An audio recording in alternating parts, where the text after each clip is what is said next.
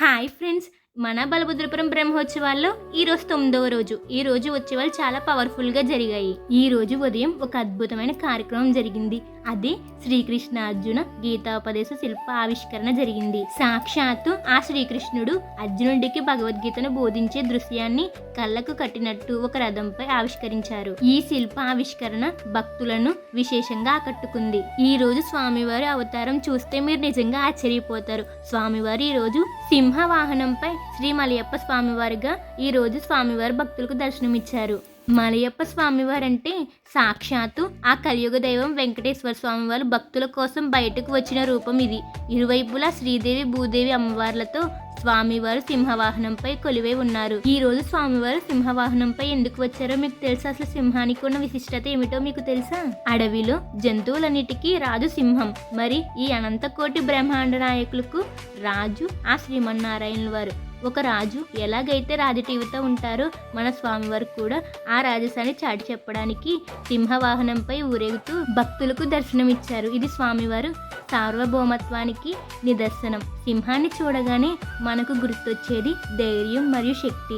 ఎక్కడైతే అధర్మం పెరిగిపోతుందో అక్కడ స్వామివారు సింహంలా గర్జిస్తూ దుష్టులను సంహరిస్తారు. ఎలా అంటే నరసింహస్వామి అవతారం లాగా భక్తులకు మాత్రం అభయహస్తం ఇస్తూ నేనున్నాను, భయపడకండి అని ధైర్యాన్ని ఇస్తారు. అందుకే సింహవాహనంపై ఉన్న స్వామివారిని చూస్తే మనలోని భయాలన్నీ పారిపోతాయి. సింహం ఎంత ఏకాగ్రతతో ఎంత శక్తితో ఉంటుందో భక్తుడు కూడా భగవంతుడి పట్ల అంతే దృఢమైన భక్తితో ఉండాలని దీని అర్థం. అసలు మలయప్ప స్వామివారు అంటే ఎవరో మీకు తెలుసా?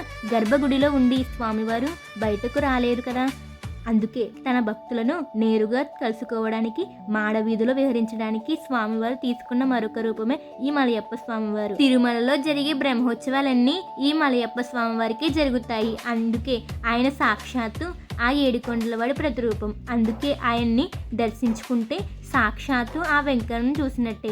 మీరు కూడా చూడండి, సింహవాహనంపై శ్రీ మలయప్ప స్వామివారిగా వీర తిలకంతో దర్శనమిస్తున్నారు మన స్వామివారు. అలాగే ఈ రోజు రాత్రి జరిగిన సాంస్కృతిక కార్యక్రమం అందరికీ చాలా బాగా నచ్చింది. మీరు కూడా చూడండి, అమ్మవారి శక్తి వేషధారణలో చేతిలో త్రిశూలం పట్టుకుని ఎంత అద్భుతంగా నాట్యం చేస్తుందో. సాక్షాత్తు ఆ కాళికామాతే క్రిందకు దిగి వచ్చి నాట్యం చేసినట్టు లేదు.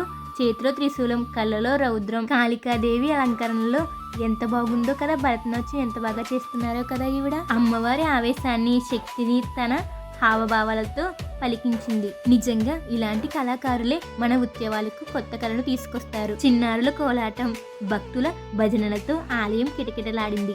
మీకు ఈ వీడియో నచ్చితే మీ ఫ్రెండ్స్ అండ్ ఫ్యామిలీకి షేర్ చేయండి. ఇంకా మన ఛానల్ సబ్స్క్రైబ్ చేసుకోకపోతే వెంటనే సబ్స్క్రైబ్ చేసుకోండి.